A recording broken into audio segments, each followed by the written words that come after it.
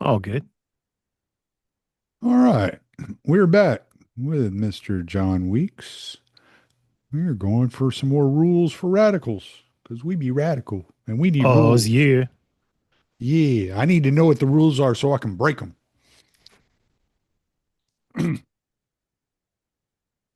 Oh, how was your day? We were just talking about swimming lessons, but how was your day all in all? It was very good. Yeah, It was beautiful weather. It was good vibes. It was nice. productive. And despite the trials and tribulations in this globe, in my small little corner, it was beautiful. Nice. Yeah. How was Yeah. your day? My day was it was a day. It was going real smooth right up until that last freaking delivery. It should have taken me 2 hours to deliver, and it ended up taking me over 5 hours. But Ouch. yeah, it was just one of those things. And it wasn't anybody's fault. It was just one of those things where it's like, okay, well, this is going to go wrong. Oh, no, this too. Oh, crap, this too. Okay, well, how about this? Oh, shit. All right, let's deal with this. And it was just one of those things. It wasn't anything like nobody could have done anything to make it any better. We have a we have a trailer that's in the shop, and the trailer that's in the shop is in the shop because somebody sideswiped one of the drivers and slid down the side of the trailer, took out the back axle of the Oh, trailer. And so it's been in the shop for 3 months. And when it got put in the shop, it got put in the shop like just before the trailer I was pulling today was supposed to go into the shop. And so we couldn't have two trailers in the shop. So we got to wait till the other one comes back. So it's just one of those things. And it was just kind of like, all right, man, we really need to get 17 back because 14 is killing me. So, so it was just one of those things. Not anything crazy, but it was enough to like I was feeling my age after it was all said and done. I was like, man, I'm sore. I don't want to be doing this. I want to go home and have a beer and just chill out. Yeah. So, and it was right after you and I were texting. So I was like, yeah, that should be cool. We should be all right. Everything's going smooth for me today. And as soon as I said that, it was just like everything was just like, oh yeah, let's see if you get home in time, brother. But I got home and my beautiful wife made me a scallop green curry. It was so good. So good living. yeah, so I was like, yep, I am going to eat some of this comfort food. I need to be comforted. So, but yeah, otherwise, man, it's good. It's Holy Week and for the Orthodox. I know the Papists had their Holy Week last week, as well as the ex-Papists who still follow the papal or- calendar. Uh, the Protestants, so they had their Holy Week and Easter last week. But this is Holy Week for us. So tomorrow I have two services, and then Saturday we have two services.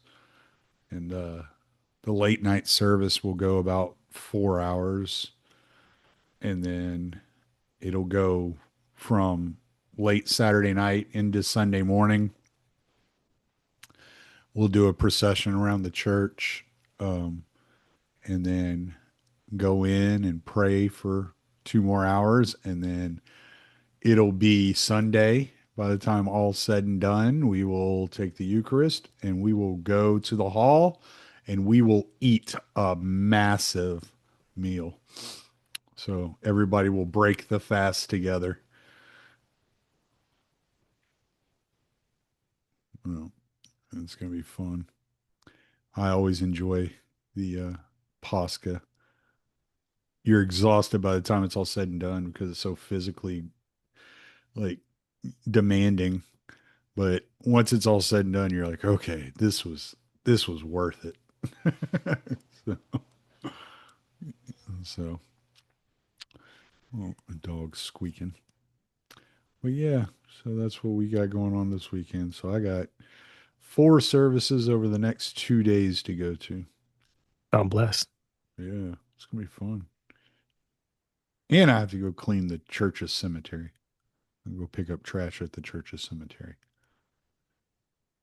Yes. So it's just cool to have a church's cemetery. I'm like, wait, our church has a cemetery? This is awesome. So, and obviously it faces east because I'm Orthodox. So that's just the way it goes. All right. So enough mumbling and stumbling, and let's get into this text. I haven't listened to this in about a week, but I think I'm fresh enough on it to where I can have plenty to say. This one, like I was telling you last time we we read this one and the next one, next chapter, are actually fairly short. So I think we're going to try to squeeze them both in together and and get both of them knocked out because there's not a whole lot to talk about here. He's talking about this chapter. If you're just listening, you're not reading along. This chapter is called "The Education of an Organizer." This is basically the entire chapter is talking about how do you identify who you should be targeting to propagandize. That's basically what he's doing here. So the building of many mass power organizations to merge into a national popular power force cannot come without many organizers. Since organizations are created in large part by the organizer, we must find out what creates the organizer. This has been the major problem of my years of organizational experience. The finding of potential organizers and their training. For the past 2 years, I have had a special training school for organizers with a full-time 15-month program. Its students have ranged from middle-class women activists to Catholic priests and Protestant ministers of all denominations, from militant Indians to Chicanos to Puerto Ricans to blacks from all parts of the black power spectrum. Excuse me, from Panthers to radical philosophers, from a variety of campus activists, SDS, and others, to a priest who is joining a revolutionary party in South America. Geographically, they have come from campuses and Jesuit seminaries in Boston to Chicanos from tiny Texas towns. Damn those Chicanos from tiny Texas towns. I know their type. Middle class people from Chicago and Hartford and Seattle, and almost every place in between. An increasing number of students come from Canada, from the Indians of the Northwest to the middle class of the maritime provinces. For years before the formal school was begun, I spent most of my time on the education as an organizer of every member of my staff. The education of an organizer requires frequent long conferences on organizational problems, analysis of power patterns, communication, conflict tactics, the education and development of community leaders, and the methods of introduction of new issues.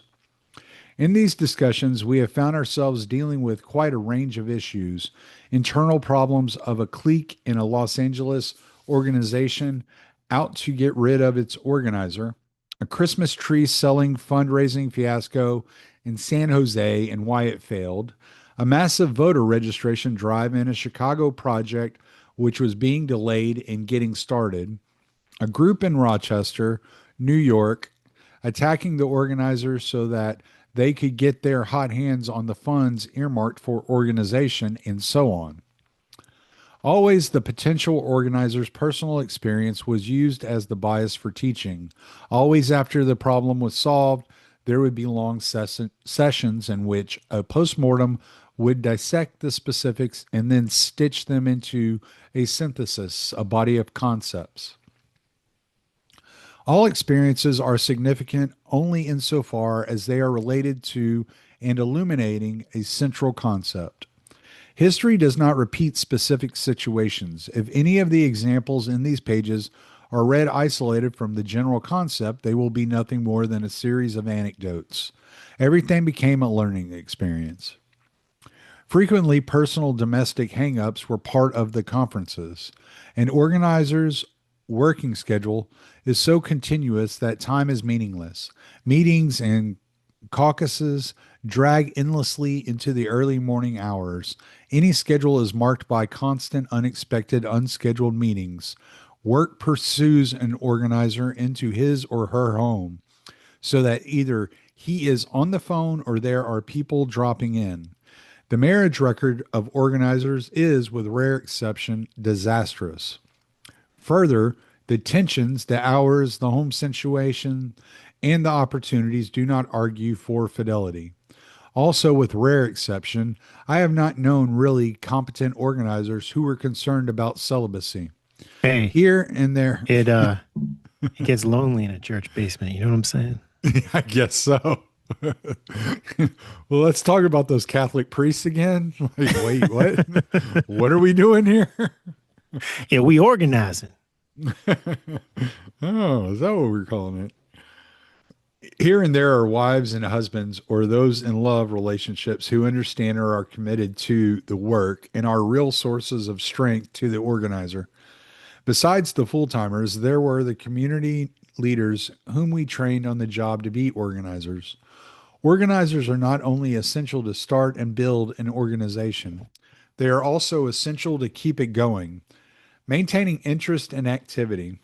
Keeping the group's goals strong and flexible at once is a different operation, but still organization. As I look back on the results of those years, they seem to be a potpourri with, I would judge, more failures than successes. Here and there are organizers who are outstanding in their chosen fields and are featured by the press as my trained proteges, but to me, the overall record has been unpromising. Those out of their local communities who were trained on the job achieved certain levels and were at the end of their line. If one thinks of an organizer as a highly imaginative and creative architect and engineer, then the best we have been able to train on the job were skilled plumbers, electricians, and carpenters, all essential to the building and maintenance of their community structure, but incapable of going elsewhere to design and execute a new structure in a new community. Then there were others who learned to be outstanding organizers in particular kinds of communities with particular ethnic groups, but in a different scene with different ethnic groups couldn't organize their way out of a paper bag. Then there were those rare campus activists who could organize a substantial number of students, but they were utter failures when it came to trying to communicate with and organize lower middle class workers. Labor union organizers turned out to be poor community organizers.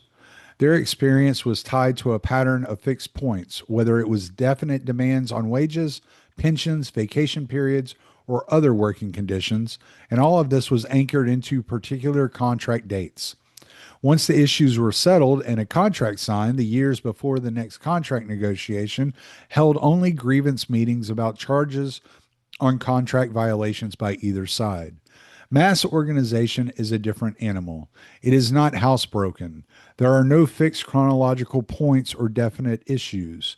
The demands are always changing. The situation is fluid and ever shifting, and many of the goals are not in concrete terms of dollars and hours, but are psychological and constantly changing, like such stuff as dreams are made on. I have seen labor organizers almost out of their minds from the community organization scene. When labor leaders have talked about organizing the poor, their talk has been based on nostalgia, a wistful look back to the labor organizers of the CIO through the Great Depression of the 30s. Those labor organizers, Powers Hapgood, Henry Johnson, and Lee Pressman, for instance, were primarily middle class revolutionary activists to whom the CIO labor organizing drive was just one of many activities. The agendas of those labor union mass meetings were 10% on the specific problems of that union and 90% speakers on the conditions and needs of the Southern Okies, the Spanish Civil War, and the International Brigade, raising funds for blacks who were on trial in some southern state, demanding higher relief for the unemployed, denouncing police brutality, raising funds for anti Nazi organizations, demanding an end to American sales of scrap iron to the Japanese military complex, and on and on. When did what Hey, that's American jobs. yeah, it's like why would labor organizers why would the labor union be interested in any of those things? Like obviously none of that has to do with feeding their children. It's like duh.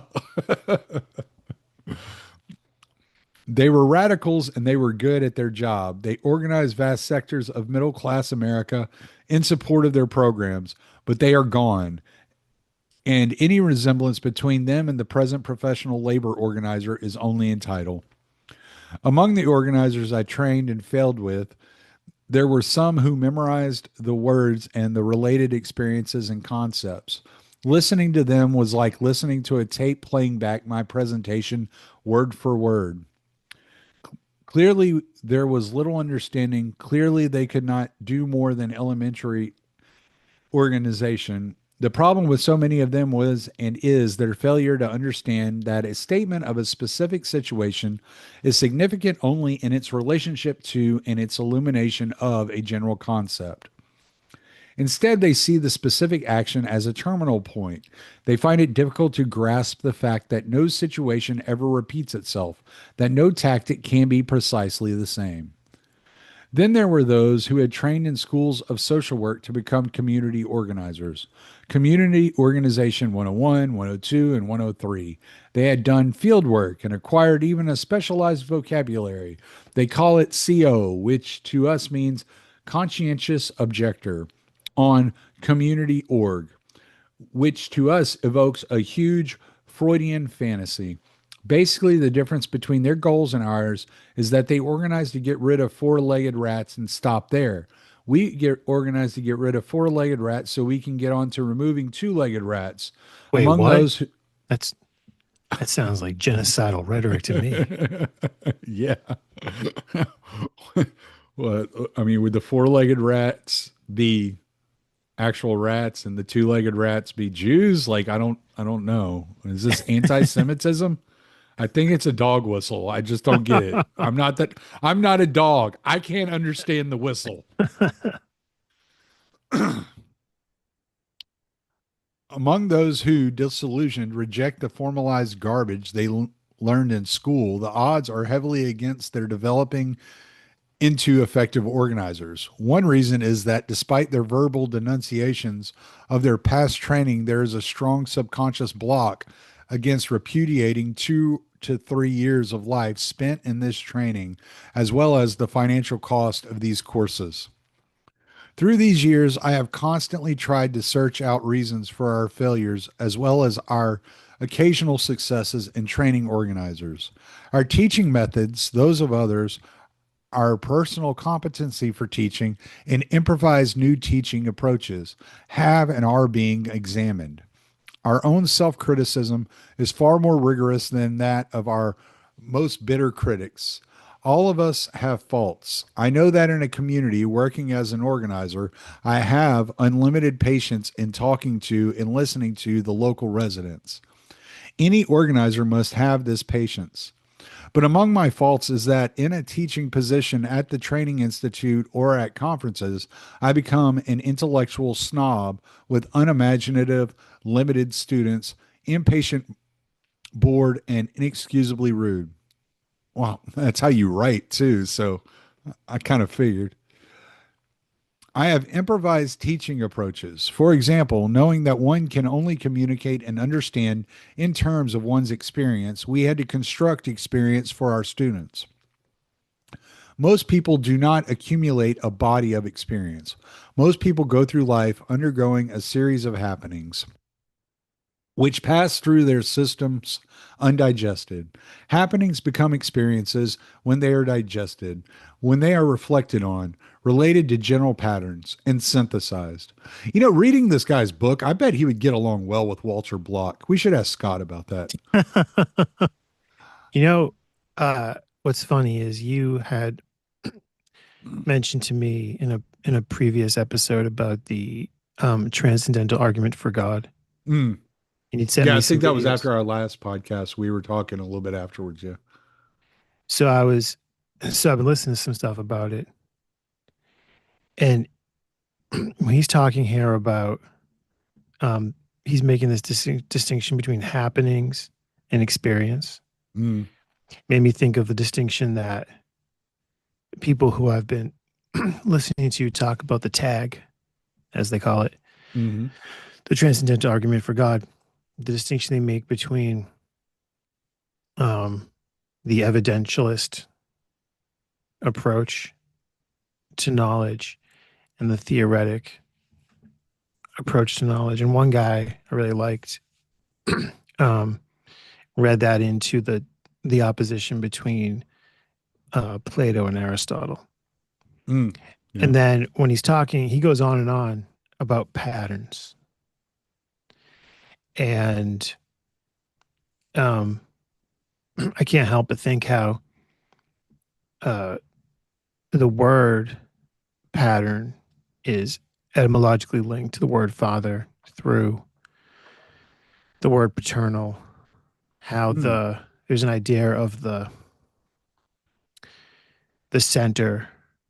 um Derrida rails against what he calls foul logocentrism, Hmm. the logos, reason, language, um God being referred to as the living word. Yeah. And how, but as you've helped me to see, you can definitely read this book as a satanic work, from him shouting out Lucifer in the beginning, just to the entire way that he approaches his pushing his ideology, his view in human nature, his rhetorical strategy of trying to remove hope so they can then fill you with his ideology. And yet he seems to be interacting with a lot of the same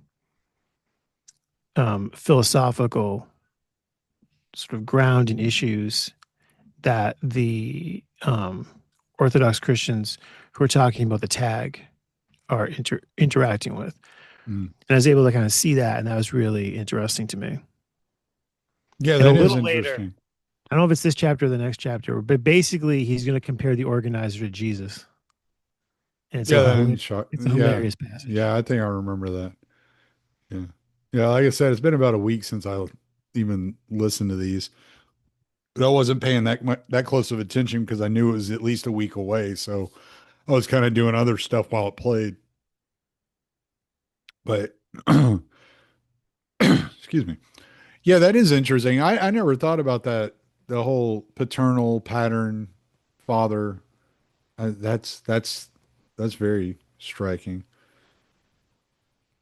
Yeah, he's talking about I love that general connection. patterns. Yeah, no, that's very interesting. Yeah.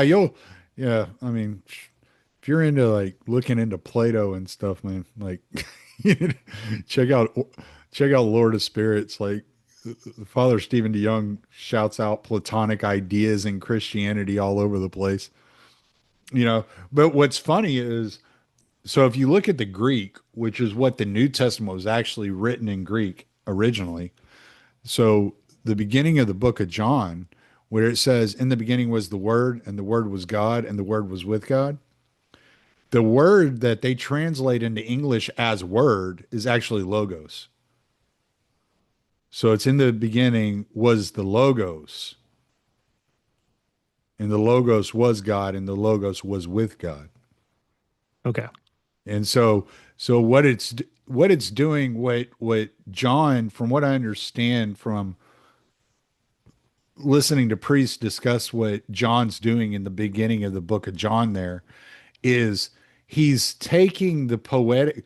So like the beginning of Genesis, when it's talking about creation, is a poem, and he's taken that style of poem and he's making it part of the new covenant.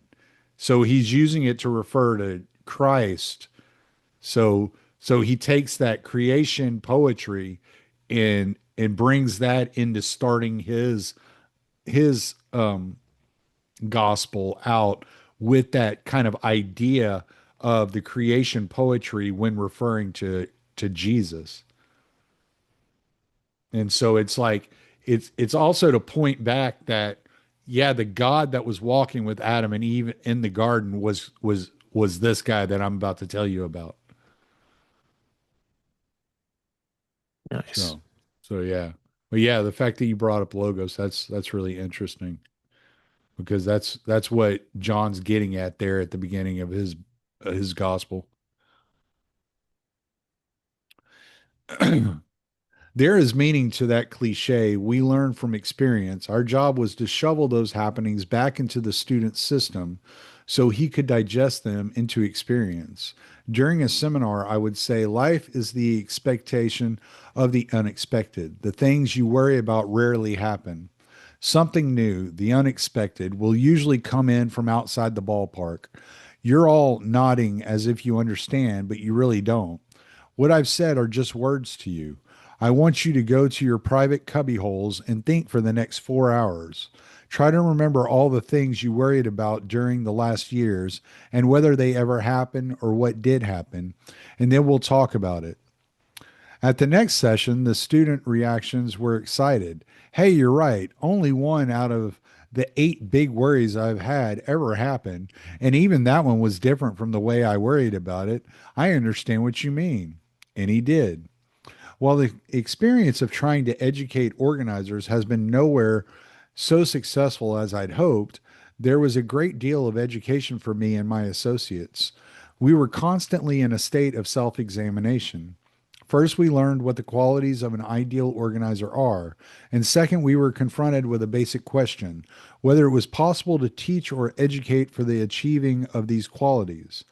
The area of experience and communication is fundamental to the organizer. An organizer can communicate only within the areas of experience of his audience. Otherwise, there is no communication. The organizer, in his constant hunt for patterns, universalities, and meaning, is always building up a body of experience. Through his It's the search imagination, for the Father. yeah, yeah, he's definitely searching for something. I think we should call Jordan Peterson. Go make your bed. Through his imagination, he is constantly moving in on the happenings of others, identifying with them, and extracting their happenings into his own mental digestive system, and thereby accumulating more experience. It is essential for communication that he know of their experiences, since one can communicate only through the experiences of the other. It becomes clear that the organizer begins to develop an abnormally large body of experience. He learns the local legends, anecdotes, values, idioms. He listens to small talk. He refrains from rhetoric foreign to the local culture. He knows that worn out words like white racist, fascist pig, and motherfucker have been so spewed out about that using them is now within the negative experience of the local people. Hey man, motherfucker still works. I'm just Yeah, saying. and Watch I've Pulp always Fiction. Look at the dude's wallet. that's not badass motherfucker. I I think I've for a long time I've like implicitly, unconsciously believed that all leftists and liberals have read this book. But like now I realize no, they haven't read it. Or if they have, they missed Yeah, they're not taking it to heart. this lesson that he's brought up before, this exact thing, Yeah. Yeah. where he's like, don't be calling people white racist and But he fascist keeps pigs and calling people motherfuckers. Nazis anyway. So it's just like, all right, whatever. You're doing the same thing. You're just doing it with different words. Oh, the contradictions run deep with this one. Oh, yeah. Yeah. Yeah. The only thing he's consistent about is not being consistent. Because the ends is always power with him. So it doesn't matter. It's not hypocrisy, it's a search for power. The search for power. I Hmm. love it. So, serving only to identify the speaker as one of those nuts and to turn off any further communication. And yet, the organizer must not try to fake it. He must be himself. I remember a first meeting with Mexican American leaders in a California barrio where they served me a special Mexican dinner. When we were halfway through, I put down my knife and fork, saying, "My God, do you eat this stuff because you like it or because you have to? I think it's as lousy as the Jewish kosher crap I had to eat as a kid." God, he's anti Semitic. There was a moment of shocked silence, and then everybody roared. Suddenly, barriers began to come down as they all began talking and laughing. They were so accustomed to the Anglo who would rave about the beauty of Mexican food, even though they knew it was killing him. The Anglo who had memorized a few Spanish phrases with the inevitable hasta la vista, that it was a refreshingly honest experience to them. No, the proper Mexican phrase nowadays is "Yo quiero Taco Bell." Dios mío. Here, lizard, lizard, lizard. The incident became a legend to many, and you would hear them say, for instance, "He has as much use for that guy as Alinsky has for Mexican food." A number of the Mexican Americans pre- present confessed that they only ate some of those dishes when they entertained an Anglo. The same faking goes on with whites on certain items of black soul food. Bullshit, soul food is delicious. That's because I grew up very poor. So I was basically black from the wallet down. There is a difference between honesty and rude disrespect of another's tradition. The organizer will err far less by being himself than by engaging in professional techniques when the people really know better. It shows respect for people to be honest. As in the Mexican dinner episode, they are being treated as people and not guinea pigs being techniqued. It is most important that this action be understood in context. Prior to my remark, there had been a warm personal discussion of the problems of the people. They knew not only of my concern about their plight, but that I liked them as people. So he's instead of flattering their culture, he's like, "I'll disrespect your culture to win you over." Like, okay. I felt their response in friendship, and we were together. It is in this totality of the situation that I did what otherwise would have been offensive.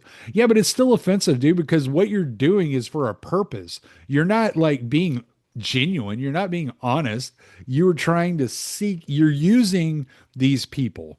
That's what you're doing. So it's offensive. Either way, it's offensive. You twat. There. How do you like them apples?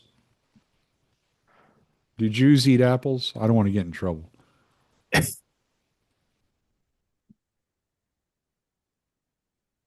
Uh, the qualities we were trying to develop in organizers in the years of attempting to train them included some qualities that, in all probability, cannot be taught. They either had them or could get them only through a miracle from above or below. Other qualities they might have as potentials that could be developed. Sometimes the development of one quality triggered off unsuspected others. I learned to check against the list and spot the negatives. And if it was impossible to develop that quality, at least I could be aware and on guard to try to diminish its negative effect upon the work. Here is the list of the ideal elements of an organizer. The items one looks for in identifying potential organizers and in appraising the future possibilities of new organizers, and the pivot points of any kind of educational curricula for organizers. Certainly, it is an idealized list. I doubt that such qualities in such intensity ever come together in one man or woman. Yet the best of organizers should have them all to a strong extent, and any organizer needs at least a degree of each. Curiosity. What makes an organizer organize? He is driven by a compulsive curiosity that knows no limits. Warning cliches such as knows no limits, I mean, curiosity killed a cat, are meaningless to him, for life is for him a search for a pattern, for similarities and seeming differences, for differences and seeming similarities, for an order in the chaos about us, for a meaning to the life around him and its relationship to his own life. So he's looking for a father, like you said earlier, and the search never ends. Okay. He goes forth with the question as his mark and suspects that there are no answers, only further questions. The organizer becomes a carrier of the contagion of curiosity, for a people asking why are beginning to rebel. The questioning of the hitherto accepted ways and values is the Reformation stage that precedes and is so essential to the revolution. I mean, dude, I mean, it couldn't be any more obvious. He is looking for an order in the chaos about us. That's what a man does. That's what a father does. That's like the purpose of a father.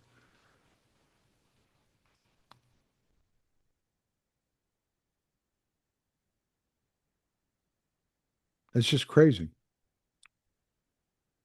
Pretty soon he's gonna compare himself to the great Father incarnate. Yeah, I know. Yeah, we'll get there. For a Jewish cat, he has a bit of a white savior complex, I gotta say. If you can even call Jews white, That's why I said like I did. they're more like cream. like Dave Smith. He's like olive. He's not even white. He's just got that beautiful olive complexion with that raven hair. Just it's dreamy. Here I couldn't disagree more with Freud. In a letter to Marie Bonaparte, he said, "The moment a man questions the meaning and value of life, he is sick. If there is somewhere an answer about life, I suspect that the key to it is finding the core question." Actually, Socrates was an organizer. Socrates. The function of an organizer is to raise questions that agitate that break through the accepted pattern. Socrates, with his goal of know thyself, was raising the internal questions within the individual that are so essential for the revolution, which is external to the individual. So, Socrates, or Socrates, was carrying out the first stage of making revolutionaries. If he had been permitted to continue raising questions about the meaning of life, to examine life, and refuse the conventional values, the internal revolution would soon have moved out into the political arena. Those who tried him and sentenced him to death knew what they were doing. It's Yep. great. It's like And anybody that is Gen X knew exactly what I was doing when I said Socrates. I'm talking Bill and Ted's Excellent Adventure, baby. See, this is what happens whenever I record after work, right? Like if I have a whole day off to where I can kind of reflect and get my mind together, like I'm like on point and I'm like clicking on all cylinders. You let me go to work, I get home, my brain's like all mush because I've been listening to audiobooks all day and I've been dealing with drivers around Houston that I want to murder half the time. So I get home and now all I want to do is talk trash. hey, bringing up deep cut film references, pretty sharp. I Anyway, think you were it's going to say something. I'm sorry. well, I think it's funny. He's basically like, yeah, if Socrates had been allowed to continue asking his questions, he could have overthrown the Athenian government. And it's like, oh, is that what he's trying to do? No wonder they killed him. Right. In all these years, I thought he was just molesting children like the rest of them Greeks. They were the first Epsteins.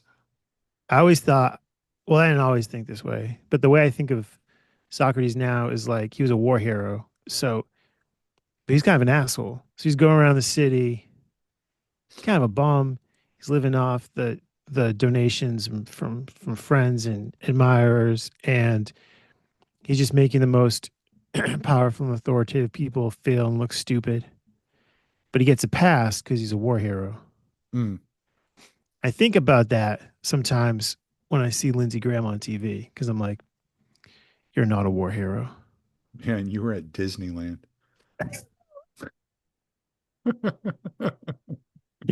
You're part Socrates, but not the War You Hero just got part. the wrong part. Yeah. You got the perv part of Socrates. Irreverence. Curiosity and irreverence go together. Curiosity cannot exist without the other.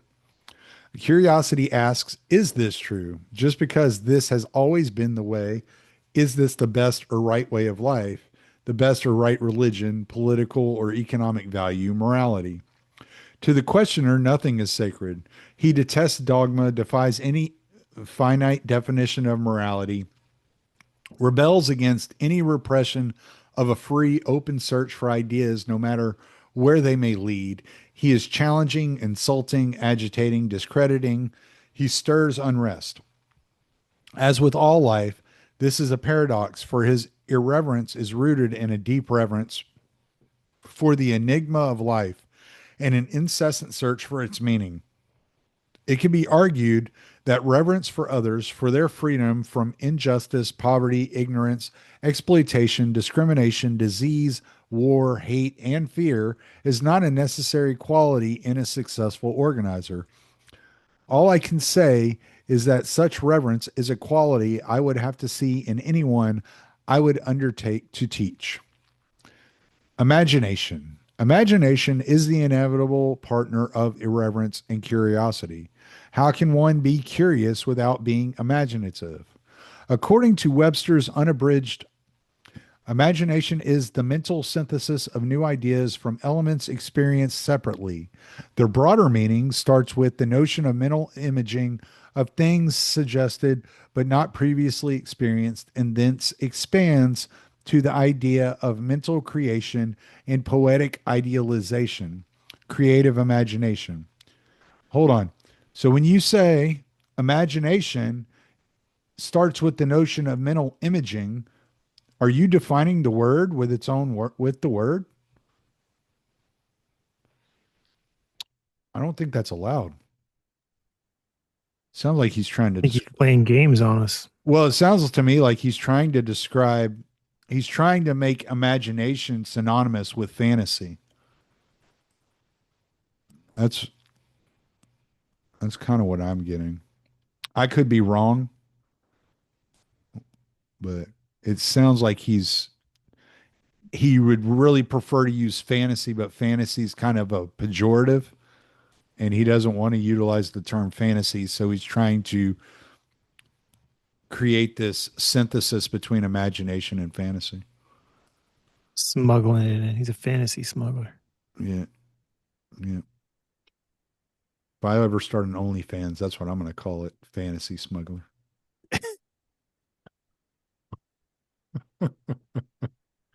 To the organizer, imagination is not only all this, but something deeper.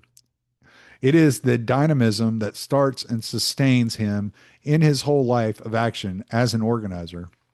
It ignites and feeds the force that drives him to organize for change. There was a time when I believed that the basic quality that an organizer needed was a deep sense of anger against injustice, and that this was the prime motivation that kept him going. I now know that it is something else. Excuse me. This abnormal imagination that sweeps him into a close identification with mankind and projects him into its plight. He suffers with them and becomes angry at the injustice and begins to organize the rebellion. Clarence Darrow put it on more of a self interest basis. I had a vivid imagination. Not only could I put myself in the other person's place, but I could not avoid doing so. My sympathies always went out to the weak, the suffering, and the poor, realizing their sorrows. I tried to relieve them in order that I myself might be relieved. Imagination is not only the fuel for the force that keeps organizers organizing, it is also the basis for effective tactics and action.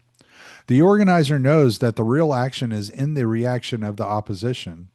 To realistically appraise and anticipate the probable reactions of the enemy, he must be able to identify with them, to, in his imagination, and foresee their reactions to his actions. Okay, so that line right there about the action being in the reaction, Yeah. that line is often referenced by the great Scott Horton. Yes. And So when I was listening to um this chapter this week and then that line came at me, I was like, wow, like if I was if I was going to sort of um give the elevator description of this book to someone, aside from like the Tommy Salmons frame of reference where you can see uh this book through a Christian perspective and see its like satanic commitments, I would point to that line. Um, so Scott really nailed that one. Mm, yeah. Scott has a way of nailing things. He's pretty good at this stuff.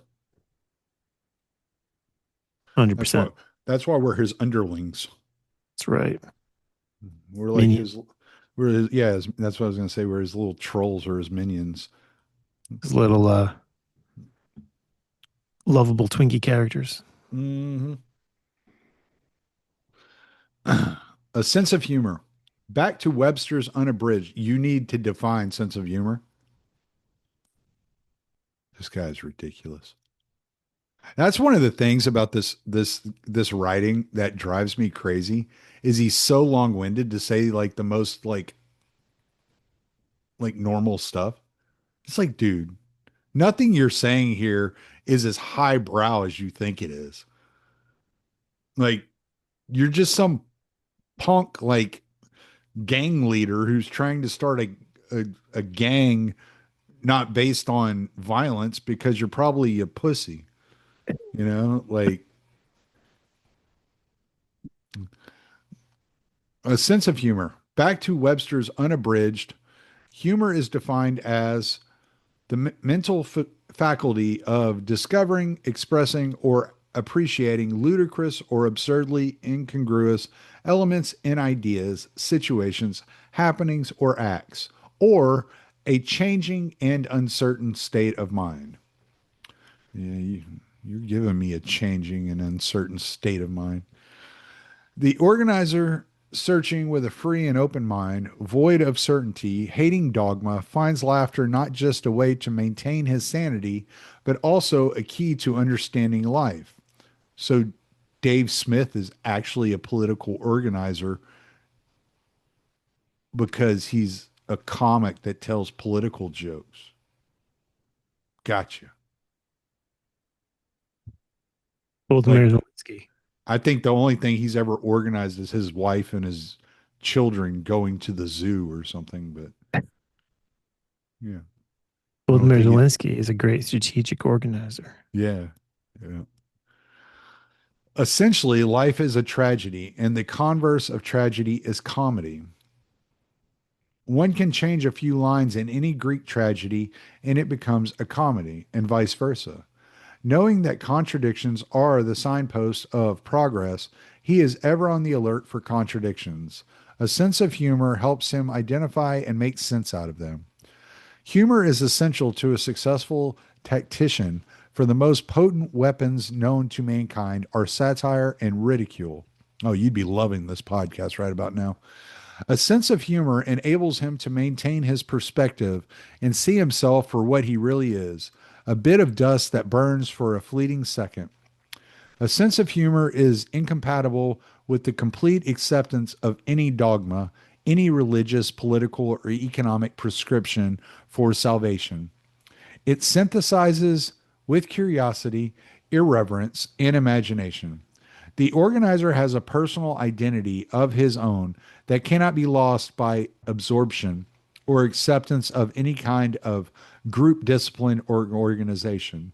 I now begin to understand what I stated somewhat intuitively in how you say it, Reveal for Radicals almost 20 years ago In that the the org in the audio that I was listening to, it sounded like he was saying reveille, Reveille. but that's not reveille, right? I don't think so. And it's the French. Maybe. I don't know. I don't, I mean, French motherfucker. I know very little French. Very little. Like I took French class in seventh grade. My dad taught me a phrase that got me suspended from school.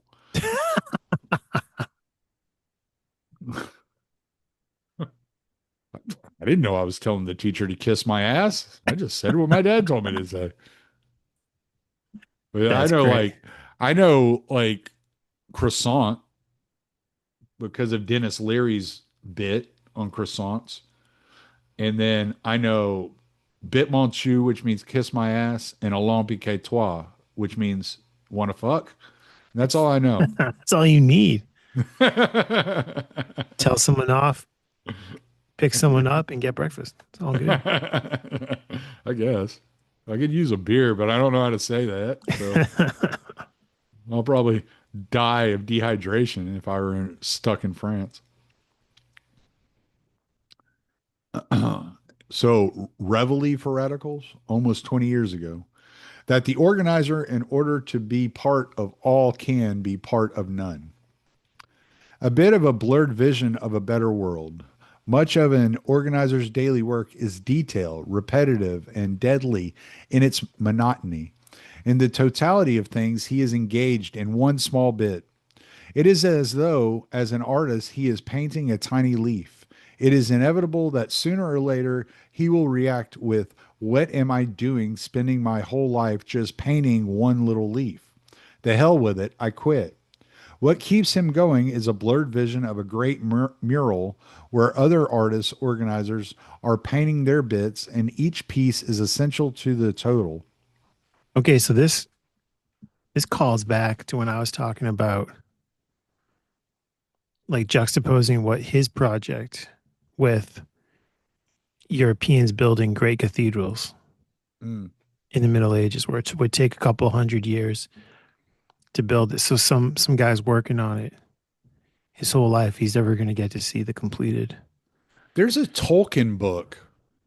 I'm sorry to interrupt you, but I'm trying to figure out. I can't remember the name of the story, but there's a Tolkien story where it starts off with this. It's like something about a journey, and it starts off with this artist painting this tree. He's drawing this tree. He's constructing a tree, and then he gets called out away from the artwork and goes on this journey on his bicycle, and you find out like halfway through, I can't remember the name of the story, but you find out like halfway through the story or three quarters of the way through the story that he's actually that he was drawing the tree that he is now traveling. And that's just kind of what that reminds me of. And I I like just that. wonder how much he's pulling out of Tolkien. I can't remember the name. I'm not a huge Tolkien fan. I know about the story and I've listened to it on audiobook, but I don't remember what it's called. So any of you Tolkien fans out there, I apologize. I'm sure y'all are screaming at me right now. I don't remember the name of this story, but I just heard somebody talking about this story the other day, and I was like, oh yeah, I remember that story. That was an interesting story, but I don't remember what it's called. That's pretty cool because I didn't even think about like, oh, the leaf, the tree. But obviously Yeah, the tree has massive symbolic yeah, yeah. weight. Like the tree of knowledge of good and evil, the tree of life, right? So they ate from the tree of the knowledge of good and evil before they were like of age and ready to eat of the tree of the knowledge of good and evil. So they had to be cut off from the tree of life. So then anything that hangs from a tree becomes cursed, according to uh, Judaism. But Moses had to hold up a tree, right? The snake on the staff in order for the Israelites to look upon the snake and be cured of the venom. And then Christ gets rid of the curse by being hung on the cross. He's being hung up on the tree, which creates a new tree of life. So yeah, I didn't even see that, but I was thinking he's I'm like, back, baby. oh, oh hell yeah, Socrates. That this is the satanic gesture where he's trying to build something that he's never going to see it come to completion. But then the paradox is he's not actually building some order. He's finding order in the chaos so he can overthrow the existing order, whatever that is. Right. And then whatever new order gets established, then you're supposed to overthrow that. Right. And if you're dependent on yourself to find the order in the chaos, which it never works out properly because men are flawed and we tend to screw up and not properly identify the order of things. But if you're dependent on yourself or someone else to do that, you're replacing God with an idol whether that idol be you or the person that you depend on to find that order, right? So father, like the father is a type of God in your life when you're a child. Like I know there's that crow like quote where it says mother is the lips on the is mother is the word for God on the lips of every child. But that's not the truth. Really, father is the word for God on a child that has a father in their life, you know. Yeah, back to like pattern and paternal and father. Right. So like I picked that up like a few years ago. I was like, oh, it's really cool. But only like recently, only in the past few months, did I pick up mother linked to the word matter and material through Mm, maternal. yeah. And there's that idea of the the feminine as like mother nature, and then the father as the pattern, the spiritual, um, the theoretic. And there's such a cool story, a myth that Joseph Campbell talks about. I think he talks about it in The Hare with a Thousand Faces, about it's a Native American story about Mm, these children of like the original two gods. They're mm, born, but they can't get out of their mother because their father is laying on their mother. So the mm, oldest son like pushes his like hands into the father and his legs into his feet into the mother and pushes them apart. And so the father becomes the sky and the mother becomes the ground. And when I first read that, I was like, oh, that's cool, like a cool story to tell kids. But then I was like, oh, that's actually what kids do. They actually do, like in a sense, kind of like physically push the parents apart to be between them. mm-hmm.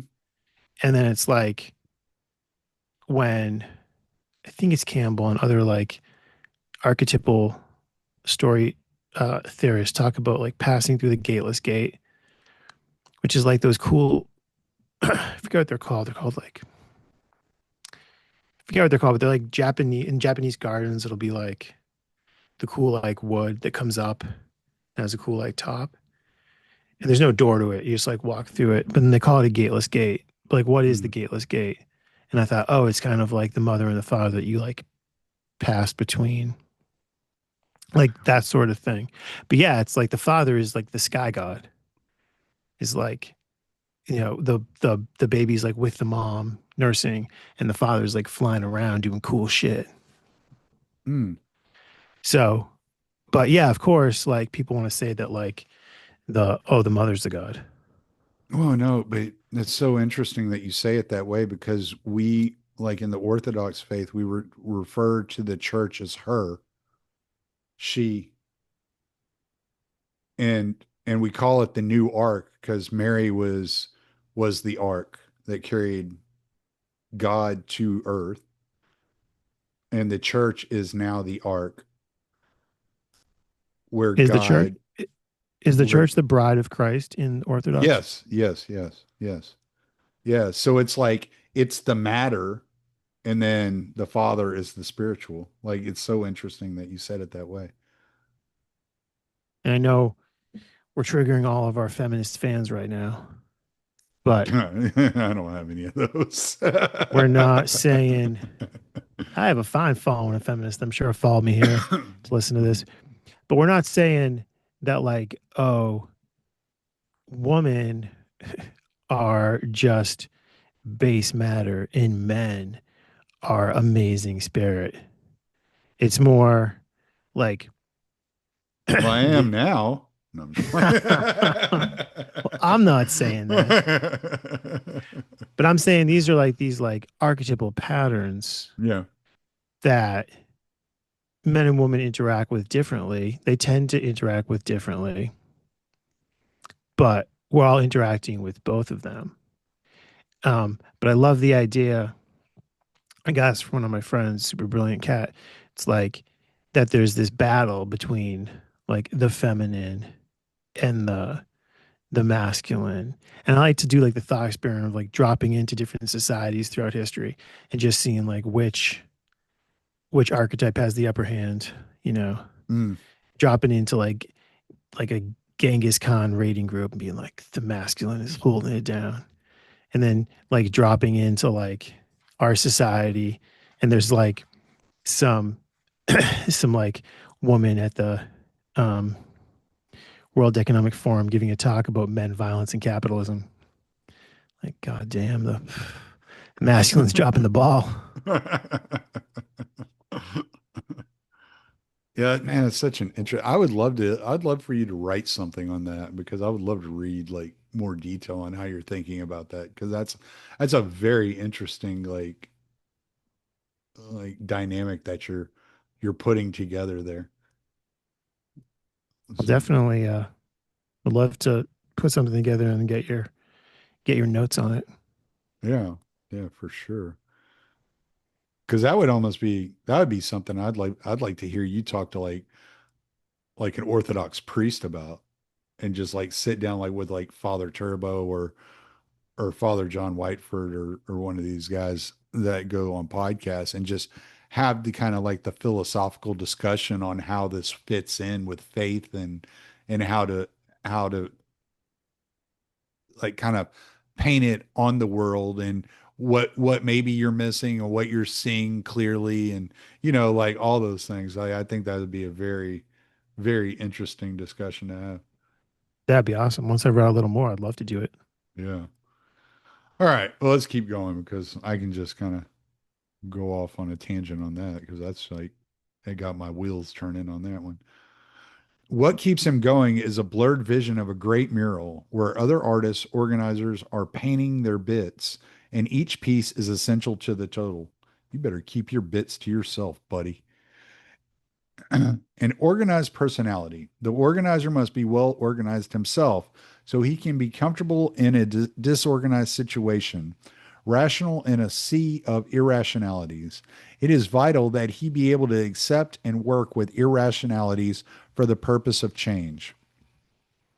With very rare exceptions, the right things are done for the wrong reasons. It is futile to demand that men do the right things for the right reason. This is a fight with a windmill.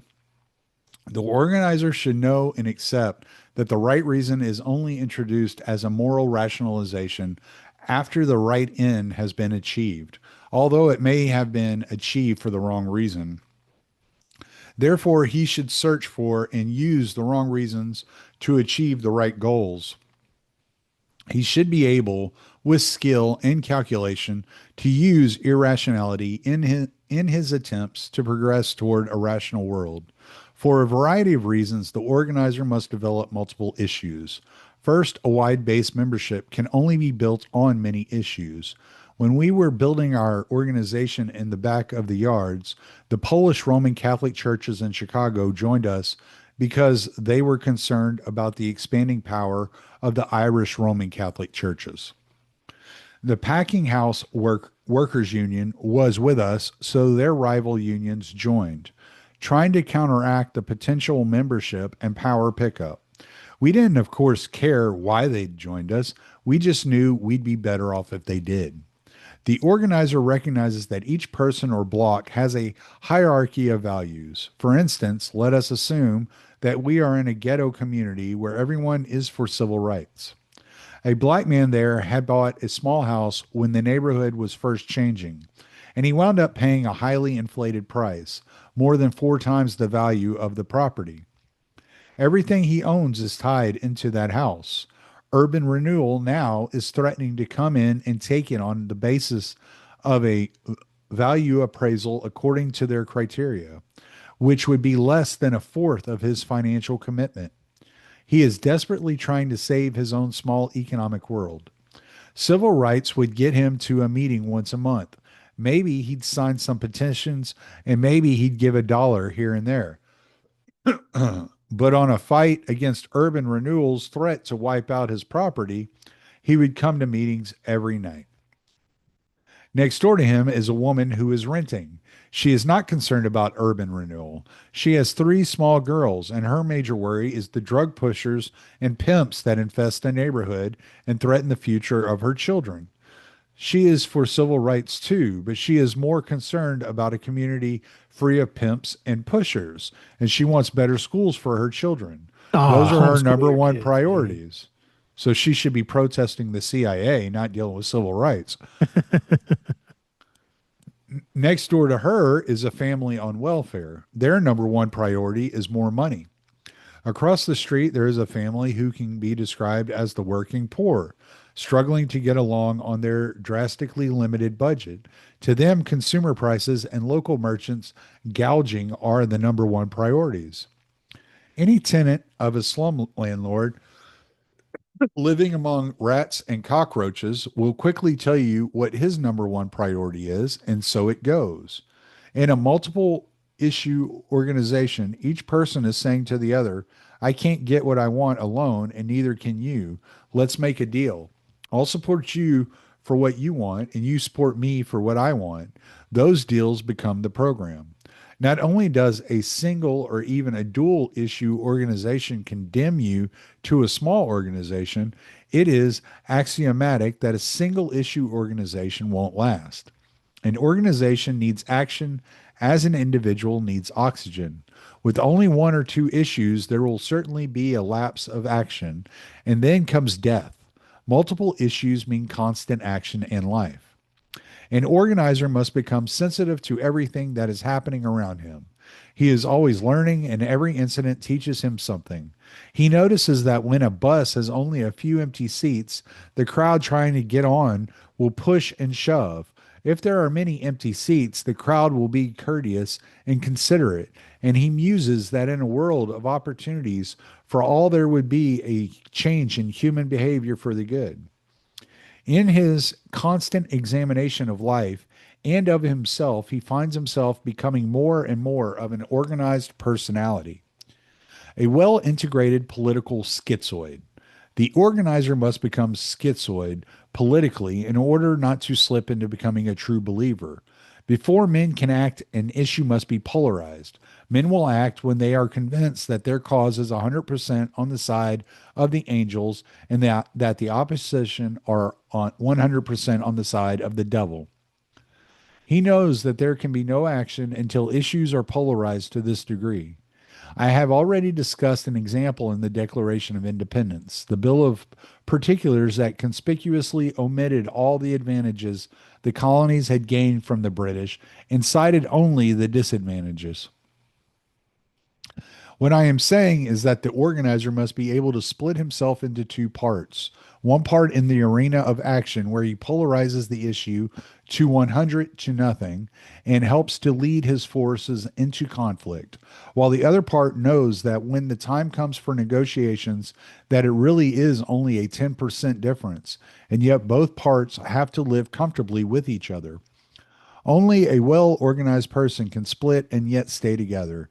But this is what the organizer must do. Ego. Throughout these desired qualities is interwoven a strong ego, one we might describe as monumental in terms of solidity. Here we are using the word ego as discussed in the previous chapter, clearly differentiated from egotism. Ego is unreserved confidence in one's ability to do what he believes must be done. An organizer must accept without fear or worry that the odds are always against him. Having this kind of ego, he is a doer and does. The thought of copping out never stays with him for more than a fleeting moment. Life is action. A free and open mind and political relativity.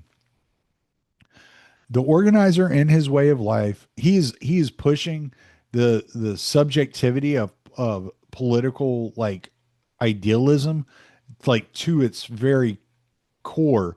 He has found three different ways of saying the exact same thing in this chapter alone. It is nuts. He's committed. The organizer, in his way of life, with his curiosity, irreverence, imagination, sense of humor, distrust of dogma, his self organization, his understanding of the irrationality of much of human behavior, becomes a flexible personality, not a rigid structure that breaks when something unexpected happens. Having his own identity, he has no need for the security of an ideology or a panacea. He knows that life is a quest for uncertainty, that the only certain fact of life is uncertainty, and he can live with it. He knows that all values are relative in a world of political relativity. Because of these qualities, he is unlikely to disintegrate into cynicism and disillusionment. That's where all libertarians are, cynicism and disillusionment. For he does not depend on illusion. Finally, the organizer is constantly creating the new out of the old. He knows that all new ideas arise from conflict, that every time man has had a new idea, it has been a challenge to the sacred ideas of the past and the present, and inevitably a conflict has raged. Curiosity, irreverence, imagination, sense of humor, a free and open mind. We're going to say the same thing once more. An acceptance of the relativity of values and of the uncertainty of life. We just got to make sure we drill this into your head that you need all of these traits to be an organizer. So go work on these traits. All inevitably fuse into the kind of person whose greatest joy is creation. He conceives of creation as the very essence of the meaning of life. In his constant striving for the new, he finds that he cannot endure what is repetitive, like this fucking chapter, and unchanging. For him, hell would be doing the same thing over and over again, but he'd be expecting a different result. This is the basic difference between the leader and the organizer. The leader goes on to build power to fulfill his desires, to hold and wield the power for purposes both social and personal. He wants power himself. The organizer finds his goal in creation of power for others to use. These qualities are present in any free, creative person, whether an educator or in the arts or in any part of life. In Adam Smith's The Money Game, the characteristics of the desirable fund manager are described. It is personal intuition, sensing patterns of behavior. There is always something unknown, undiscerned. You can't just graduate an analyst into managing funds. What is it the good managers have? It's a kind of locked in concentration and intuition, a feel, nothing that can be schooled. The first thing you have to know is yourself. A man who knows himself can step outside himself and watch his own reactions like an observer. One would think that this was a description of an organizer, but everything creative, whether it is organizing a mutual fund or a mutual society, one is on the hunt for these qualities. Why one becomes an organizer instead of something else is, I suspect, due to a difference of degree, of intensity of specific elements or relationships between them, or accident. Or they were your editor and they just found something better to do with their life. Jesus Christ, dude. Communication. One can lack any of the qualities of an organizer, with one exception, and still be effective and successful. That exception is the art of communication. It does not matter what you know about anything. If you cannot communicate to your people, in that event, you are not even a failure. You're just not there. Communication with others takes place when they understand what you're trying to get across to them. If they don't understand, then you are not communicating, regardless of words, pictures, or anything else. People only understand things in terms of their experience, which means that you must get within their experience. Further communication is a two-way process. If you try to get your ideas across to others without paying attention to what they have to say to you, you can forget about the whole thing. Can you hear the dogs? They're going nuts. I don't I hear know. him. Oh, okay. Well, yeah, they're right outside my office door, like barking. They're trying to get outside. They You must need have heard. vocal microphone, baby. They must have heard something. Yeah, that's what $60 will get you. Oh, yeah. Yeah, I don't. I don't know how this thing works so well. I've been complimented on this damn mic so many times, and I'm like, yeah, I spent $60 on this mic like 6 years ago. I So, think your voice would sound good on any mic, to be honest. uh, that's what my wife said. That's what she fell in love with. Then she met me in person. She was like, holy shit, what did I do with myself? What did I get myself into? I know that I have communicated with the other party when his eyes light up and he responds. I know exactly what you mean. I had something just like that happen to me once. Let me tell you about it. Then I know that there has been communication. Recently, I flew from O'Hare Airport in Chicago to New York. After the jet pulled away from the gate, we heard the familiar announcement. This is your captain speaking. I am sorry to advise you that we are number 18 for takeoff. I am turning off the no smoking sign and will keep you posted. Hell yeah, back when you could smoke on an airplane. I remember those days. I was like 5. Many a captain feels compelled to keep you entertained with an incessant stream of verbal garbage. You will be interested to know that this airplane, fully loaded, weighs blah, blah, blah tons. You couldn't care less, or our flight plan will carry us over Bezikus, Ohio, and then Junk Spot, etc., etc.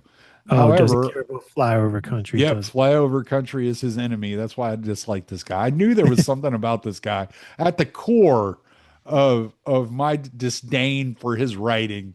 It's really that he hates flyover country, where the best people in the world are.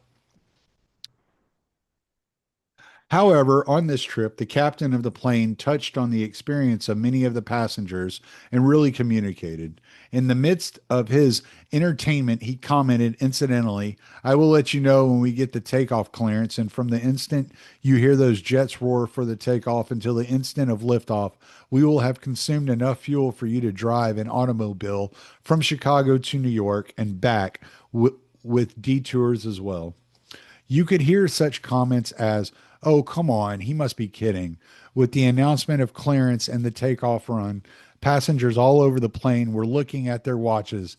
At the end of approximately 25 seconds to lift off, passengers were turning to each other saying, would you believe it? It was evident that, as you might expect, many passengers had been concerned at some time with the number of miles a car could travel on a given amount of gas.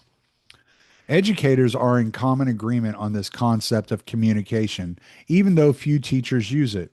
But after all, there are only a few real teachers in that profession. An educational leader makes this point of understanding and experience in a very personal way. When he has had experience of life, read Homer and Horace by all means, says Newman. Feed mind and eye and ear with their images and language and music, but do not expect to understand what they are really talking about before you are 40. This truth was first brought home to me more than 30 years ago, one December day, as I walked down the road from Argentiers to Shamanics after a snowfall. And suddenly, from the abyss of unconscious memory, a line of Virgil rose into my mind, and I found myself repeating that I had read the words at school and no doubt translated them glibly. The earth lies formless under snowdrifts and deep frost. But suddenly, with the snow scene before my eyes, I perceived for the first time what Virgil meant by the epithet informis, without form, and how perfectly it describes the work of snow, which literally does make the world formless, blurring the sharp outlines of roofs and eaves, of pines and rocks and mountain ridges, taking from them their definiteness of shape and form. Yet, how many times before that day had I read the words without seeing what they really mean? It is not that the word informis meant nothing to me when I was an undergraduate, but it meant much less than its full meaning. Personal experience was necessary to real understanding. Sir Richard Livingston on Education, New York, 1945, page 13. Every now and then I have been accused of being crude and vulgar because I have used analogies of sex or the toilet. I do not do this because I want to shock particularly, but because there are certain experiences common to all, and sex and toilet are two of them. Furthermore, everyone is interested in those two, which can't be said of every common experience. I remember explaining relativity in morals by telling the following story. A question is put to three women, one American, one British, and one French. What would they do if they found themselves shipwrecked on a desert island with six sex hungry men? The American woman said she would try to hide and build a raft at night or send up smoke signals in order to escape. What a prude. The British woman said she would pick the strongest man and shack up with him so that he could protect her from the others. The French woman looked up quizzically and asked, "What's the problem?" Since people understand only in terms of their own experience, an organizer must have at least a cursory familiarity with their experiences. It not only serves communication, but it strengthens the personal identification of the organizer with the others and facilitates further communication. For example, in one community, there was a Greek Orthodox priest who will be called here the Archimandrite Anastopoulos. Every Saturday night, faithfully followed by six of his church members, he would tour the local taverns. After some hours of imbibing, he would suddenly stiffen and become so drunk that he was paralyzed. At this point, his faithful six, like pallbearers, would carry him through the streets back to the safety of his church. Over the years, it became part of the community's experience, in fact, a living legend. In talking to anyone in that neighborhood, you could not communicate the fact that something was out of place, not with it, except to say it was out like the Archimandrite. The response would be laughter, nodding of heads, and yeah, we know what you mean, but also an intimacy of sharing a common experience. When you are trying to communicate and can't find the point in the experience of the other party at which he can receive and understand, then you must create the experience for him. I was trying to explain to two staff organizers in training how their problems in their community arose because they had gone outside the experience of their people. That when you go outside anyone's experience, not only do you not communicate, you cause confusion. They had earnest, intelligent expressions on their faces and were verbally and visually agreeing and understanding, but I knew they really didn't understand and that I was not communicating. I had not got into their experience, so I had to give them an experience. We were having lunch in a restaurant at the time. I called their attention to the luncheon menu, listing 8 items or combinations, and all numbered. Item number one was bacon and eggs, potatoes, toast, and coffee.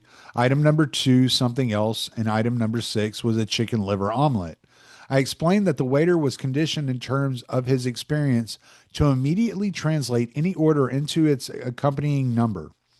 He would listen to the words bacon and eggs, etc., but his mind had already clicked number one.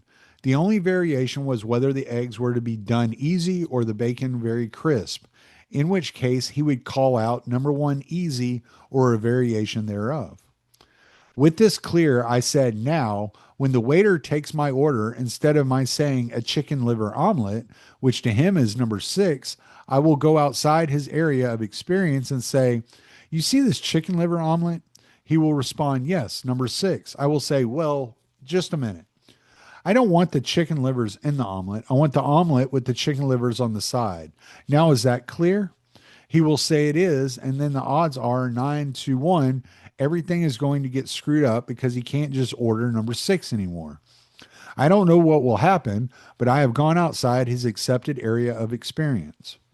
The waiter took my order precisely as I have described above. In about 20 minutes, he returned with an omelet and a full order of chicken livers, as well as a bill for $3.25, $1.75 for the omelet, and $1.50 for the chicken livers. I objected and immediately took issue, pointing out that all I had wanted was number six, the total price of which was $1.50, but that instead of having the livers mixed in with the omelet, I had wanted them on the side. Now there was a full omelet, a full order of chicken livers, and a bill for nearly 3 times the menu price. Furthermore, I could not eat a full order of chicken livers as well as the omelet. Confusion came down. Waiter and manager huddled. Finally, the waiter returned, flushed and upset. "Sorry about the mistake. Everybody got mixed up. Eat whatever you want." The bill was changed back to the original price for number six. In a similar situation in Los Angeles, four staff This members and I this go ahead. reminds me of that scene from Five. I think it's called Five Simple Pieces or Five Easy Pieces with Jack Nicholson, Hmm? where he's in the restaurant and he's like he wants to order something that's like not directly on the menu, so he has to like order something and then like remove everything, which is kind of a funny scene. But you could also just like read it as Saul Alinsky's class racism. I thought you were going to go with back to Reservoir Dogs, where Mr. Pink's like, I don't tip. I want a number six. Look what she did. I just had coffee. Why would I tip? Confusion shouldn't be in a waitress's vocabulary. Outside my experience, shouldn't be in her vocabulary. All I had was coffee. Yeah, she refilled your coffee. I don't care if she refilled my coffee. That's her job. Why am I going to tip her for doing her job? If she wants to make more money, she can get a better job. In a similar situation in Los Angeles, four staff members and I were talking in front of the not Baltimore, Biltmore Hotel when I demonstrated the same point, saying, "Look, I am holding a $10 bill in my hand.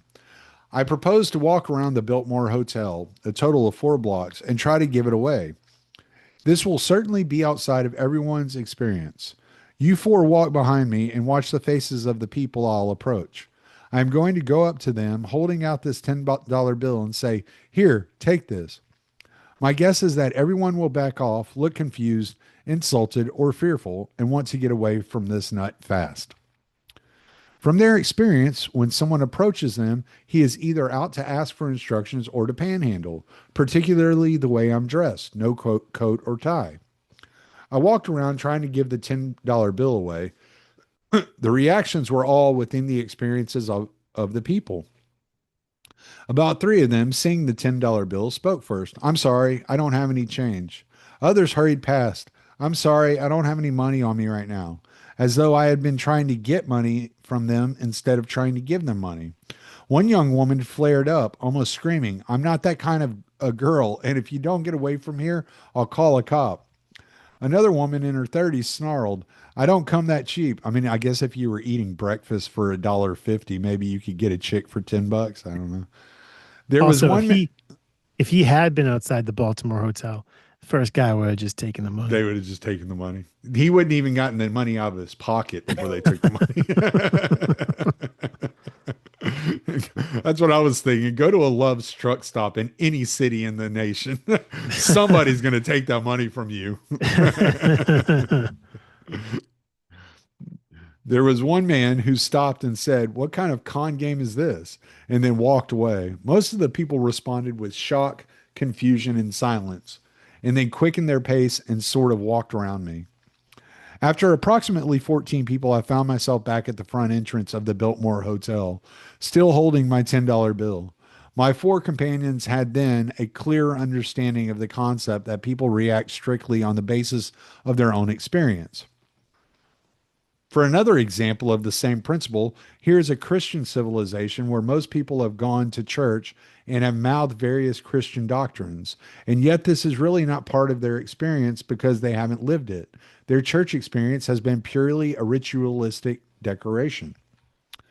The New York Times some years ago reported the case of a man who converted to Catholicism at around the age of 40 and then, filled with the zeal of a convert, determined to emulate as far as possible the life of St. Francis of Assisi. He withdrew his life savings, about $2,300. He took this money out in $5 bills. Armed with his bundle of $5 bills, he went down to the poorest section of New York City, the Bowery. This was before the time of urban renewal. And every time a needy looking man or woman passed by him, he would step up and say, "Please take this." Now, the difference between this situation and mine around the Biltmore Hotel is that the panhandlers on the Bowery would not find an offer of money or of a bowl of soup outside their experience. At any rate, our friend, attempting to live a Christian life and emulate St. Francis of Assisi, found that he could do so for only 45 minutes before being arrested by a Christian police officer, driven to Bellevue Hospital by a Christian ambulance doctor, and pronounced non compos mentis by a Christian psychiatrist. Christianity is beyond the experience of a Christian professing but not practicing population. In mass organization, you can't go outside of people's actual experience. I've been asked, for example, why I never talked to a Catholic priest or a Protestant minister or a rabbi in terms of the Judeo Christian ethic, because it doesn't Oh, exist, or the Ten Commandments, or the Sermon on the Mount. I never talk in those terms. Instead, I approach them on the basis of their own self interest, the welfare of their church, even its physical property. If I approached them in a moralistic way, it would be outside their experience because Christianity and Judeo Christianity are outside of the experience of organized religion. They would just listen to me and very sympathetically tell me how noble I was. And the moment I walked out, they'd call their secretaries in and say, if that screwball ever shows up again, tell him I'm out. Communication for persuasion, as in negotiation, is more than entering the area of another person's experience. Excuse me. It is getting a fix on his main value or goal and holding your course on that target. You don't communicate with anyone purely on the rational facts or ethics of an issue. The episode between Moses and God when the Jews had begun to worship the golden calf is revealing. Moses did not try to communicate with God in terms of mercy or justice when God was angry and wanted to destroy the Jews. He moved in on a top value and outmaneuvered God. It is only when the other party is concerned or feels threatened that he will listen. In the arena of action, a threat or a crisis becomes almost a precondition to communicate. A great organizer like Moses never loses his cool, as a lesser man might have done when God said, go get thee down, thy people, whom thou hast brought out of the land of Egypt, hath sinned. At that point, if Moses had dropped his cool in any way, one would have expected him to reply, where do you get off with all that stuff about my people whom I brought out of the land of Egypt? I was just taking a walk through the desert, and who started that bush burning, and who told me to get over to Egypt, and who told me to get those people out of slavery, and who pulled all the power plays and all the plagues, and who split the Red Sea, and who put a pillar of clouds up in the sky, and now all of a sudden they become my people?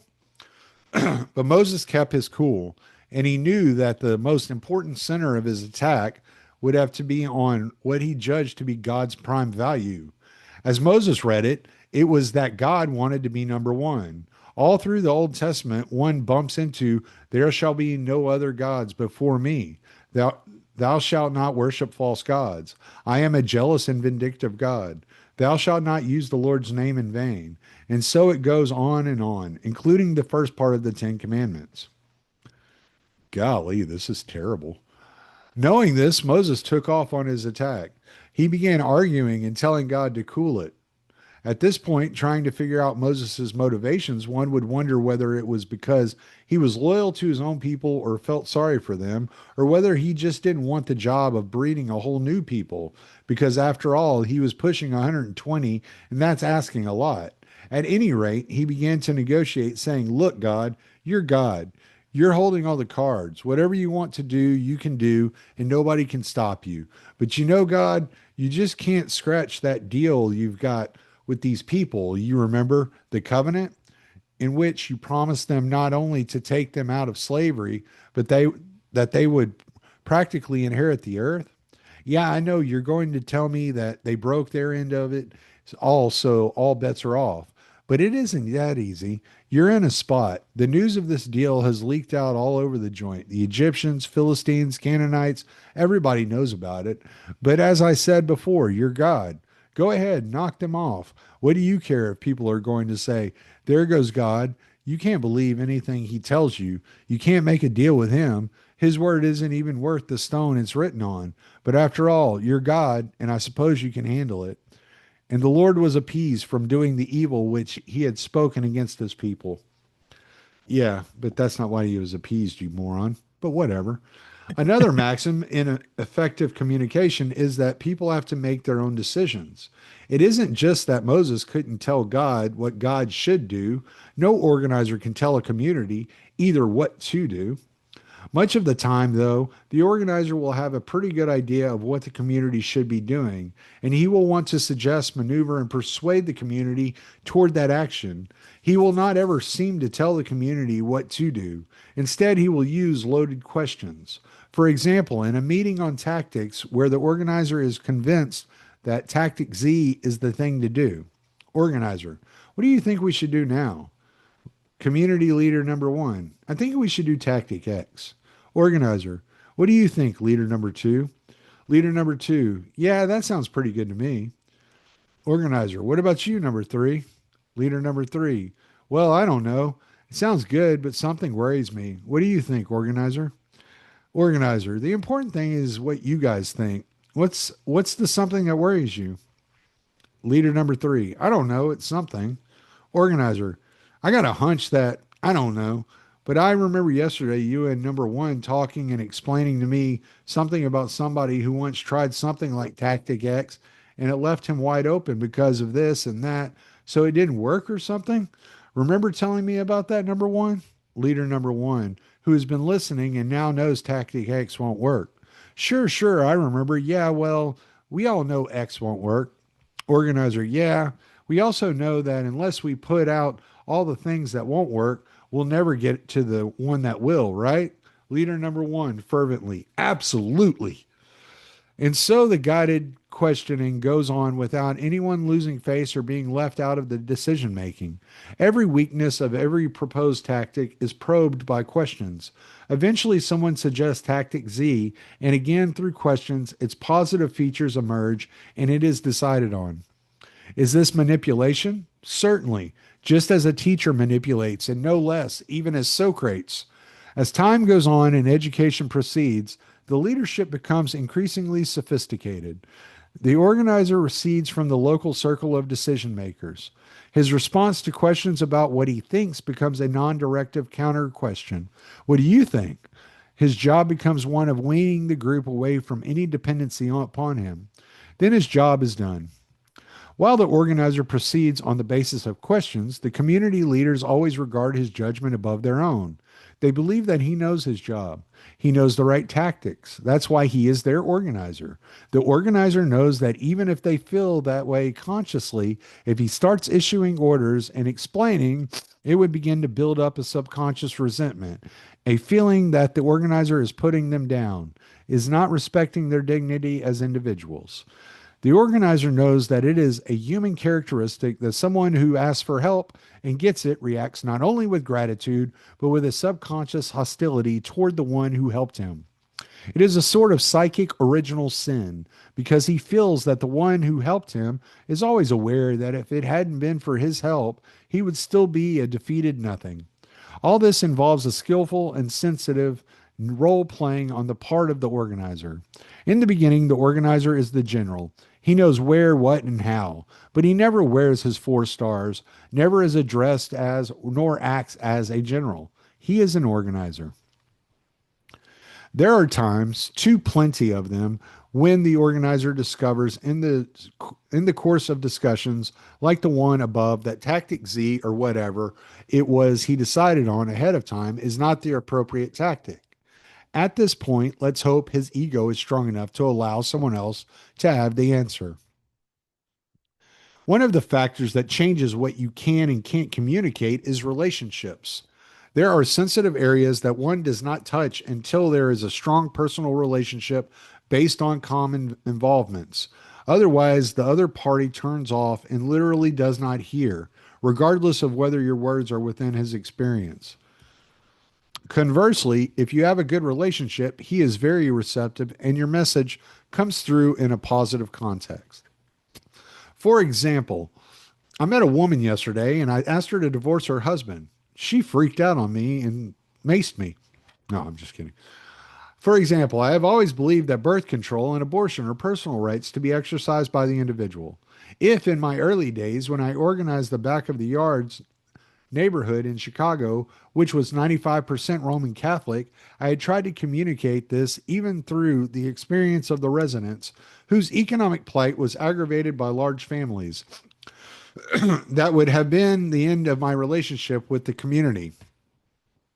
That instant, I would have been stamped as an enemy of the church and all communication would have ceased. Some years later, after establishing solid relationships, I was free to talk about anything, including birth control. I remember discussing it with the then Catholic chancellor. By then, the argument was no longer limited to such questions as how much longer do you think the Catholic Church can hang on to this archaic notion and still survive? I remember seeing 5 priests in the waiting room who wanted to see the chancellor, and knowing his contempt for each one of them, I said, "Look, I'll prove to you that you do really believe in birth control, even though you're making all kinds of noises against it." And then I opened the door saying, "Take a look out there. Can you look at them and tell me you oppose birth control?" He cracked up and said, "That's an unfair argument, and you know it, but the subject and nature of the discussion would have been unthinkable without that solid relationship." A classic example of the failure to communicate because the organizer has gone completely outside the experience of the people is the attempt by campus activists to indicate to the poor the bankruptcy of their prevailing values. Take my word for it, if you get a good job in a split level ranch house out in the suburbs, a color TV, 2 cars, and money in the bank, that just won't bring you happiness. The response without exception is always, "Yeah, let me be the judge of that one. I'll let you know after I get it." Communication on a general basis without being fractured into the specifics of experience becomes rhetoric and it carries a very limited meaning. It is the difference between being informed of the death of 250,000 people, which becomes a statistic, or the death of 1 or 2 close friends or loved ones or members of one's family. In the latter, it becomes the full emotional impact of the finality of tragedy in trying to explain what the personal relationship means. I have told various audiences, if the chairman of this meeting had opened up by saying, "I am shocked and sorry to have to report to you that we have just been notified that Mr. Alinsky has just been killed in a plane crash and therefore this lecture is canceled," the only reaction you would have would be, "Well, gee, that's too bad. I wonder what he was like, but oh well, let's see. What are we going to do this evening? We've got the evening free now. We could go to a movie." And that is all that one would expect, except of those who have known me in the past, regardless of what the relationship was. Now, suppose after finishing this lecture, let us assume that all of you have disagreed with everything I have said. You don't like my face, the sound of my voice, my manner, my clothes. You just don't like me, period. Let us further assume that I am to lecture to you again next week, and at that time you are informed of my sudden death. Your reaction will be very different, regardless of your dislike. You will react with shock. You will say, "Why, just yesterday he was alive, breathing, talking, and laughing. It just seems incredible to believe that suddenly, like that, he's gone." This is the human reaction to a personal relationship. What is of particular importance here, however, is the fact that you were dealing with one specific person and not a general mass. It is what was implicit in the reputed statement of that organizational genius Samuel Adams at the time when he was allegedly planning the Boston Massacre. He was quoted as saying that there ought to be no less than 3 or 4 killed so that we will have martyrs for the revolution. But there must be no more than 10, because after you get beyond that number, we no longer have martyrs, but simply a sewage problem. This is the problem in trying to communicate on the issue of the H bomb. It is too big. It involves too many casualties. It is beyond the experience of people, and they just react with, "Yeah, it is a terrible thing," but it really does not grip them. It is the same thing with figures. The moment one gets into the area of 25 million and above, let alone a billion, the listener is completely out of touch, no longer really interested because the figures have gone above his experience and almost are meaningless. That's why nobody cares about the debt. Millions of Americans do not know how many millions of dollars make up a billion. This element of the specific that must be small enough to be grasped by the hands of experience ties very definitely into the whole scene of issues. Issues must be able to be communicated. It is essential that they can be communicated. It is essential that they be simple enough to be grasped as rallying or battle cries. They cannot be generalities like sin or immorality or the good life or morals. They must be this immorality of this slum landlord with this slum tenement where these people suffer. It should Yeah, be obvious by now, huh? the the national debt too big, gas prices just right. I can complain about those. I have to fill up every 2 days because of how far I drive for work. So I went from putting in like $28 every 2 days to $43 every 2 days. So I Damn. definitely notice.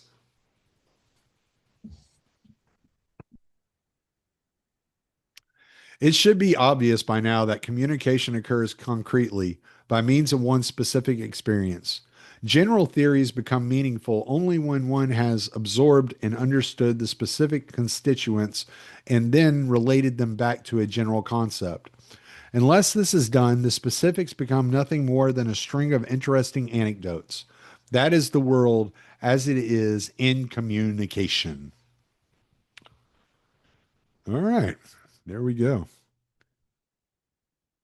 Thoughts, Well done, recipes, sir. disasters.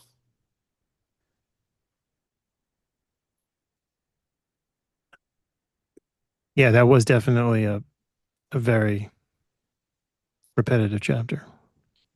Yeah, well, Chapter like the about last the communication is last not three have been great like that. It's communication. yeah, the last three he's just been like it's like you can really tell you're getting into the propaganda aspect of the book. Like because he just starts like needling specific points over and over and over. And you're like, all right, dude, I get it. You're trying to brainwash me. Unfortunately, my brain has already been washed long before I met you. Saul Alinsky re-education protocol. No shit. But I can Until see how now, this stuff works with people. Like if they have nothing else, you know? yeah, their life has just been a series of happenings, and now Like this, he's giving this, them experience. yeah, he's giving them meaning. He's giving them a way to discover meaning within themselves. Be a political activist, change the world, change your local elections, change the dynamics of your local social hierarchy, change the economics of your local jurisdiction, and like suddenly you feel important because you're making changes, you're doing things in the world, physical, concrete things, maternal things. When you've been searching for the paternal, you end up doing the maternal. All right. Well, we will pick this back up next week, I think. Sounds great, brother. Yeah. Well, this one was fun. This one was a lot more mockery and just ridicule on my part. I didn't really, there wasn't a whole lot of like big insights to like poke and prod into and dig into. He's just kind of telling you how to find people to propagandize, which is like, all right, this is probably like the most boring portion of the book. Like Scott's riffing on Abraham Lincoln. You can only fool some of the people all the time, and that's who you should concentrate on. All right. Well, plug your podcast and everything. Have you been writing anything lately? So the podcast is Anarchic Areopagita. Right now, you can find it on YouTube, and I've got some writing in the works, some articles for the Institute that should be coming out this month or early next month. So always be checking the Libertarian Institute every day because we got a lot of great writers there writing a lot of great stuff. Yeah. All right. Good deal. One of these days, I'll actually sit down and start writing again. Lent, like, really just interrupted my writing. I got sick and then Lent started, and I was just like, yeah, like, I'm not writing anytime soon. So we're almost done. We're in the final few days. So Well, due to gas prices, it's going to be a just walk summer. So you can yeah, just well, write. yeah. Yep. Right boy summer, not a white boy summer. Right power. All right, man. I'm gonna stop the recording. All right, Tommy. Uh,